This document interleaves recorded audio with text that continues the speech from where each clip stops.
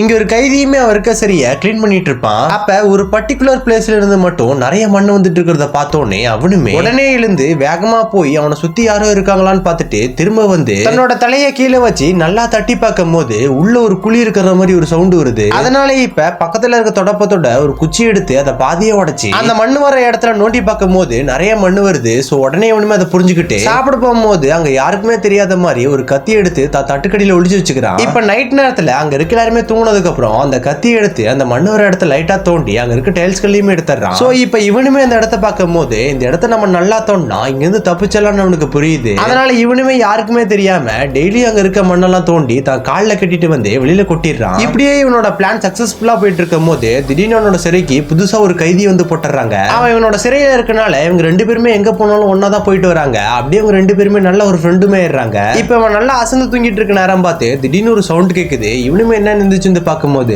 அந்த இடத்த அவன் தோண்டிட்டு இருக்கிறத பாத்துறான். சோ உடனே இவனுமே அதை புரிஞ்சுக்கிட்டு நானுமே அவன் கூட தப்பிச்சு வரேன் அப்படின்னு சொல்லுவான். அதனால இப்ப இவனுக்கு ரெண்டு பேருமே ஒன்னா சேர்ந்து அங்க இருக்க மண்ண எல்லாமே கட்டிட்டு வந்து வெளியில கொட்டிடுறானுங்க. இப்ப இவனுக்கு ரெண்டு பேருமே ஒன்னா சேர்ந்து தோன்றனால கீழே இருக்க ட்ரைனேஜ் பைப் வரையும் சீக்கிரமா தோண்டிடுறானுங்க. கரெக்டா இவங்களோட பிளானை எக்ஸ்போர்ட் பண்ற நேரம் பார்த்து அங்க இருக்க அமைச்சருக்குமே பிறந்த நாள் அப்படின்னு சொல்லிட்டு அந்த ஜெயில இருக்க எல்லா கைதிகளையுமே ஒன்னா கூட்டிட்டு வந்து ஒரு குட்டி ஃபங்க்ஷன் மாதிரி வைப்பாங்க. ஆனா அவனுங்க ரெண்டு பேரும் மட்டும் சீக்கிரமா அந்த ஃபங்க்ஷன்ல இருந்து அவனோட சிறைக்கு வந்து கீழே இருக்க ட்ரைனேஜ் பைப்பை உடைச்சு அது மூலியமா ஜெயிலோட இன்னொரு பக்கம் வெளியில வந்து அங்கிருந்து தப்பிச்சு போயிடுறானுங்க.